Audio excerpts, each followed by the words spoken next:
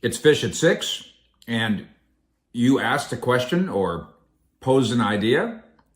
Let's work on the answer. I'm Mike Fisher, your trustee and trusted reporter. This is the Fishbowl. We are in Frisco, Texas. Thank you to 73,000 fish heads in Cowboy Nation and the one smart fella who pitched this idea to us. And also thanks to BetUS for giving us the muscle on this program. The question was posed, Jerry Jones's legacy. Jerry Jones, 82 years old, friend of the show. This has value to us, by the way, because as we kind of reflect on the concept in general, this came up recently at Brian Schottenheimer's very first press conference. Brian Schottenheimer, new head coach of the Dallas Cowboys. By the way, Kellen Moore, now official, new head coach of the New Orleans Saints, and Cowboy Nation, and people that know both of them, friends of Kellen, people inside this building right there, the Star, they're going to wonder for a while about whether or not Kellen is the one who got away. He's got a tough task in New Orleans. That's a much tougher turnaround than what Dallas has, but we'll be keeping our eye on him, same as Dan Quinn. Keep your eye on Dan Quinn over there in Washington. Are the Cowboys going to outdo him over the course of his time? Keep an eye now on Brian Schottenheimer versus Kellen Moore. I'd like to list a whole bunch of coaches that are elsewhere that the Cowboys interviewed that we would keep an eye on and have them compare to Schotty, but, there weren't a bunch of them. Schotty at his press conference was asked about his legacy. And as soon as the question came out of the media member's mouth, I'm kind of giving him the old side eye. He just got here. To me, it was like asking a 2-year-old what college he wants to go to. I mean, I don't know. I'm 2. I can barely even walk yet. Can I walk? Can you let me walk first before I pick my college? Can you let me unpack my box and put it in the office before you start wondering about my legacy? But it was a provocative question. As I often say, here's your big J journalism lesson. It's not about the question. It's about the answer. And Schotty gave an incredible answer about winning championships. And I want to be known, I would like to be remembered as somebody who created one of the greatest cultures in the history of sports. Good luck with that. Hashtag 53 brands. But it's not only a lofty goal, I thought it was an incredible statement. And so now, even though we don't crowdsource, crowdsourcing is lazy. Hey, everybody, Will in Waxahachie, what do you want me to do a show about today? It's not really we do it, not really how we do it. But I am responsible and responsive when 73,000 fish heads in Cowboy Nation say, Fish, that's a beard scratcher. What about this? Jerry Jones's legacy. Speaking of provocative, and I will be monitoring all your comments over the course of the evening and beyond. Tony Fisher puts together our thumbnail. You want provocative legacies? I give you Pete Rose, Jerry Jones, diddly diddly dink, O.J. Simpson? Yeah, sure. Pete Rose, of course. Should Pete Rose be in the Hall of Fame? It is the classic, corny, lazy sports talk show topic. Has been for a million years. I assume it still is. I assume on a slow day, somebody across the country, radio talk show hosts across the country, dredge up Pete Rose. I don't know why we don't dredge up O.J. Simpson. I don't know. That should be, if Pete Rose is a hot topic and has been for decades, I'm not sure why we don't do that with O.J. I mean, he did, he's in the Pro Football Hall of Fame, and I'm not sure you're familiar with this. He did murder people. Murdered them. It's not really very funny. It was tragic at the time. The more you watch and learn about it, the more tragic it gets. But O.J. Simpson's in the Pro Football Hall of Fame, and outside of NFL honors the other night when they did the Oscar, Academy Awards thing, celebrating the lives of people who passed away over the course of the year, and they put up a face and they put up a name and then they put up kind of maudlin music They didn't put OJ this year. He wasn't in. OJ Simpson, also an actor, kind of, and I assume the Oscars will also not include OJ. So, what is Pete Rose's legacy? What is OJ Simpson's legacy? And what is Jerry Jones's legacy? By the way, a lot of you had a lot of fun doing some football at BetUS. Keep it up. Sports. BetUS.com. Jump in there. Use the promo code YouTube150. Get a 150% discount on your investment in yourself up to $2,000. Go use your big fat sports brain and have some fun at BetUS. Pete Rose. There's a lot of people, certainly of a certain generation, who think Pete Rose, the player, epitomizes what baseball is.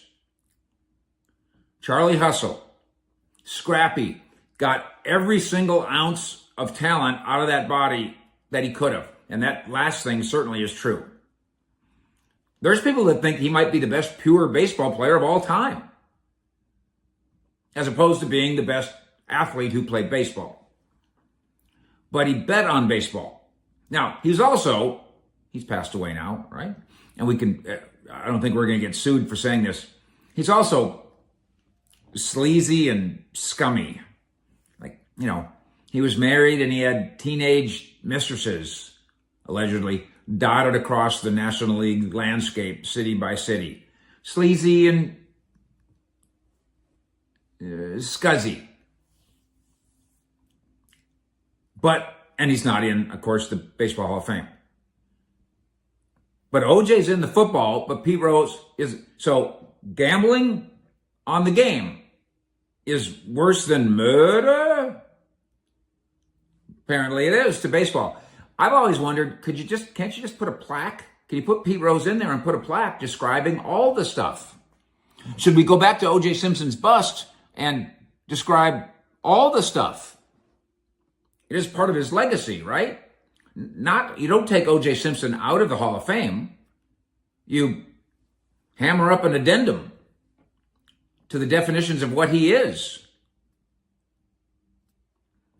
I think it's kind of unfortunate that Pete Rose is going to be remembered more for what he did wrong than what he did right. The argument in baseball, of course, is, well, he never bet against the Reds. He may never even have bet. Let me put it this way. And so did it have any effect?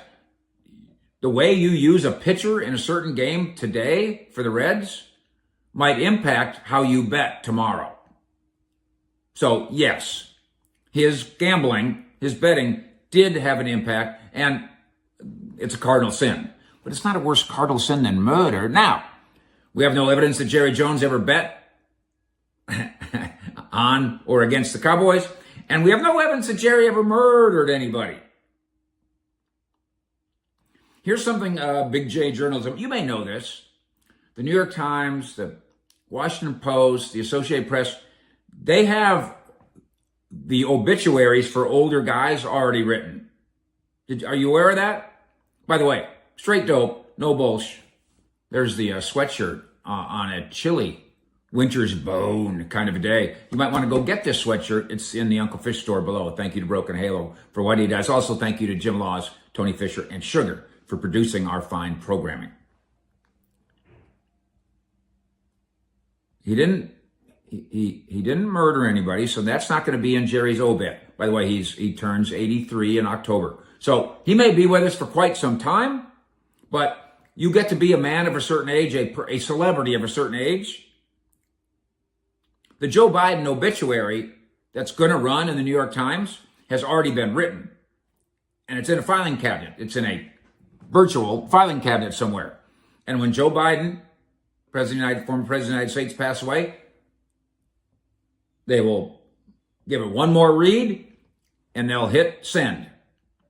Donald Trump, obituary, written. Morgan Freeman, obituary, written.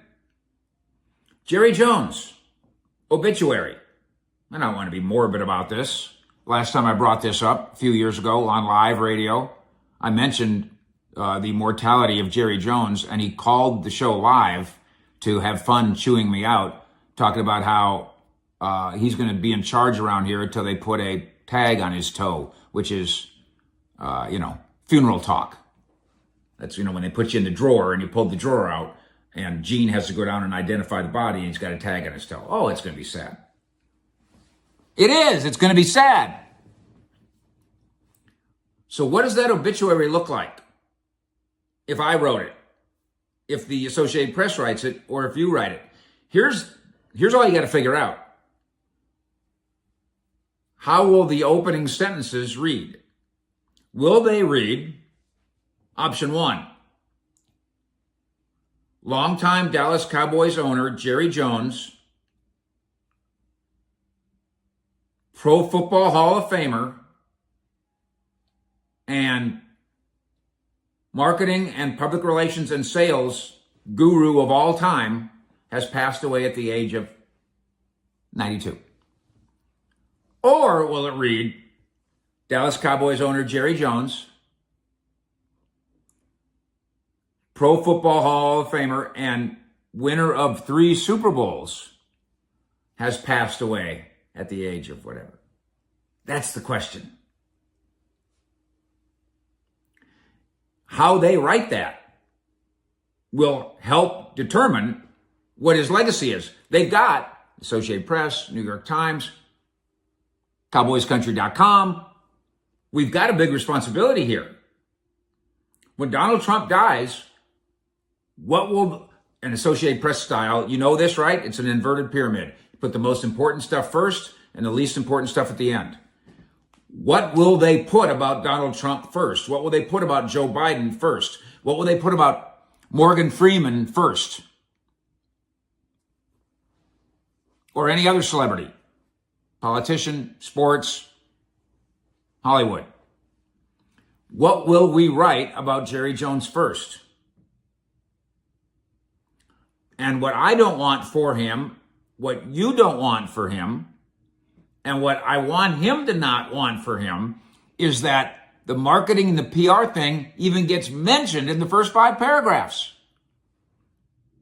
Wouldn't it be something if the obituary for Jerry Jones celebrates owner of the Cowboys, Pro Football Hall of Fame, and let's say 4 Super Bowls? And so my question to you, Jerry, if you happen to be watching, friend of the show, how do you want it to read? Do you really want your marketing, sales, and public relations prowess, which is all time, you really want that in the first paragraph? Or can we put it down there in the 5th? We're going to find out about this new era of Cowboys football. Brian Schottenheimer, $100 million of potential cap room, an opportunity. We're going to find out what Jerry wants his legacy to be. If they don't buy, if they don't spend, if they don't go wildcatting, responsibly wildcatting, then I fear that Jerry's obituary is going to be written upside down. That the Pro Football Hall of Fame will not be the first thing. That multiple Super Bowls will not be the first thing. That his incredible work in charity will be way down in the story. And that up top, AP style, most important thing up top, will be marketing, public relations, sales, gimmickry, showbiz, colorful, words like colorful and controversial. I want colorful and controversial to be in paragraph 5. I want Pro Football Hall of Fame, Dallas Cowboys, and 4 Super Bowls to be the lead. I know you do too. Jerry, what about you? Thanks to 73,000 fish heads in Cowboy Nation. We will be back with you 7:20 Wednesday morning as the Cowboys can offer up 2 all-time trades. That could be Dallas Mavericks, Luka Doncic. Hold our beer. Stay tuned. Get me at cowboyscountry.com as well. Fish out.